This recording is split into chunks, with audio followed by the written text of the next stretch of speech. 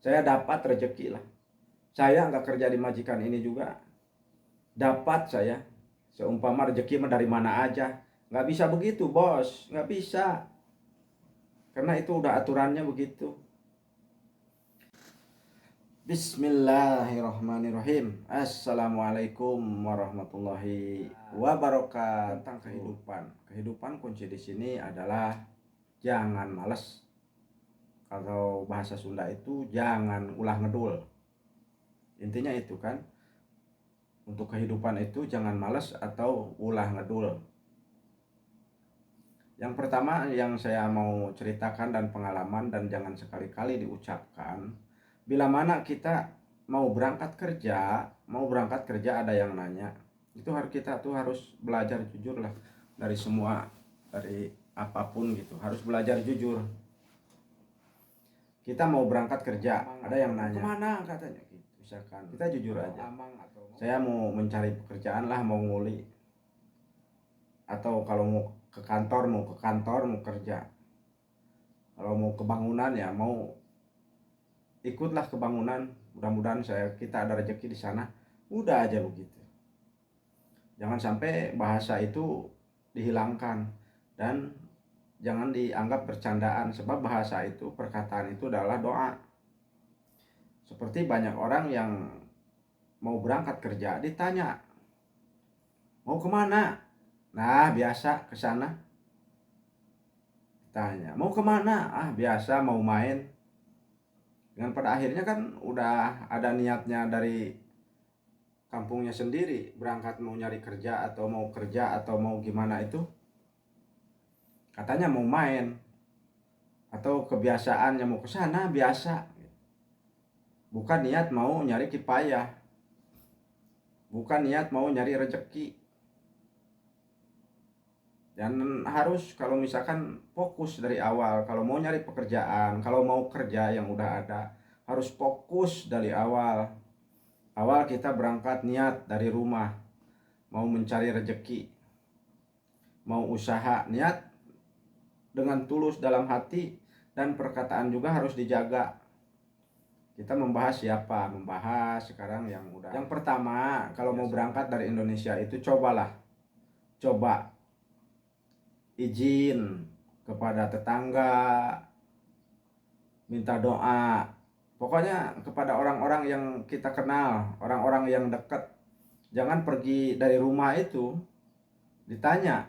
Banyak juga yang nanya gitu. Ini cerita fakta dan bukti. Mau kemana? Biasa berangkat lagi. Mau kemana? Biasalah main. Ada yang gitu. Jadi diawali dengan niat yang tulus, ikhlas, mau mencari rezeki, terus dengan mulut dengan kejujuran. Ya intinya pertama kita harus tahu lah semua tetangga. Jangan tahu udah nggak ada dari kampung itu. Harus minta ridho dari semua, harus minta doa dari semua yang kita kenal. Mohon didoakan. Ya mudah-mudahan udah nyampe sininya sukses. Jadi jangan mau berangkat kerja, nyari kerja, mau nguli, dianggap main-main. Itu yang paling penting. Udah berangkatnya dari Indonesia, niatnya mau main-main, hatinya tidak pol, setengah-setengah. Dengan pada akhirnya nyampe ke sini itu merasa terpaksa karena tadinya belum pol, belum pas mau berangkat itu. Nyampe ke Saudinya begitulah, kayak main-main, dengan pada akhirnya hasil kerjaannya kurang berkah. Dan di sininya kalau misalkan udah kerja pada siapapun, atau yang udah berpengalaman atau yang non, kerja itu harus benar-benar patuh apa yang harus kita kerjakan. Jangan banyak mencelak. Harus patuh, harus tuhu. Yang paling pertama hati-hati. Begini. Yang paling pertama, kalau kita udah nyampe, beda bahasa Indonesia sama di sinilah di Arab Saudi itu, perbedaan bahasa itu beda. dan logatnya juga beda. Kalau di sini logatnya keras, ngomong itu kayak ngebentak, padahal itu udah kebiasaan begitu. Jadi jangan, gimana ya, jangan dianggap sakit hati kepada kita. Memang suka sakit, tapi ya udah kebiasaannya begitu. Kalau udah lama-lama ya begitu kebiasaannya, bawel dan kayak ngebentak. Itu kunci utama yang harus diingat, yang belum berangkat ataupun yang sudah di sini itu harus dibiasakan. Nah, kebanyakan yang nggak bikin berkah itu hasilnya habis teu pararuguh. Itu kalau kata orang Sunda, beak teu pararuguh tuh duit nate. Kebiasaannya kenapa? Kita susah untuk bersyukur. Kalau gajian, kadang-kadang nggak terima kasih sama majikan. Di belakang, beginilah intinya. Allah itu menitipkan rezeki hak untuk kita, tapi itu juga dengan tenaga kita kan. Tapi cara dan jalannya Allah itu udah menitipkan ke majikan kita, menitipkan rezeki buat kita ke majikan kita. Dengan syariat kita harus kerja. Kalau tidak kerja gak mungkin juga digajikan gitu. Pengen buktinya kan begini, banyak orang di sini. Saya kalau nggak kerja di sana juga saya dapat rezeki lah. Saya nggak kerja di majikan ini juga dapat saya. Seumpama rezeki dari mana aja. Nggak bisa begitu bos, nggak bisa. Karena itu udah aturannya begitu. Bukan satu dua, banyak majikan begini, majikan begitu. Nggak bisa menahan, nggak bisa sabar. Dengan ujung-ujungnya dia pergi keluar. Laki-laki supir nih, saya nggak kerja di sana juga, saya banyak kerjaan di luar.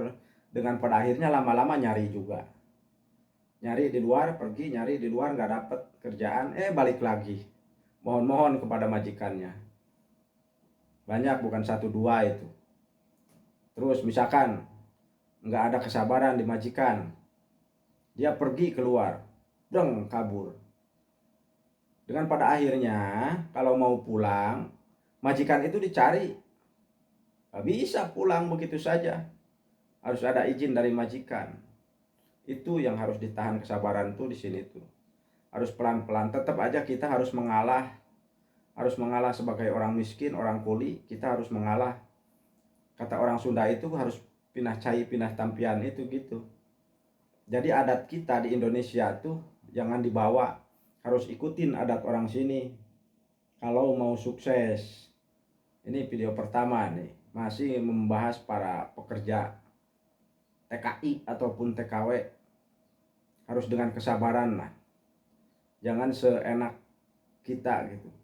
Kita juga harus berprinsip. Kalau masih bisa ditahan dengan kesabaran, ya kuncinya apa? Kuncinya ibadah, berdoa supaya kesuksesan itu. Nah, untungnya intinya kan kalau kita misalkan ngomong berangkat pada keluarga, tetangga semua ngomong mau berangkat, tahu mau ke Saudi, mungkin doa-doanya itu dari orang-orang terdekat kita itu berpengaruh. Itu jangan mau berangkat, kata peribahasa orang Sunda itu, indit itu teka tingali punuk. Jadi tetap harus bisa bicara, harus ngomong. Mungkin doanya itu lebih penting daripada apapun, karena itu menyangkut, mendorong kepada kesuksesan kita juga ya. Itu yang harus dipakai lah, diterapkan. Sekian dan terima kasih. Assalamualaikum warahmatullahi wabarakatuh.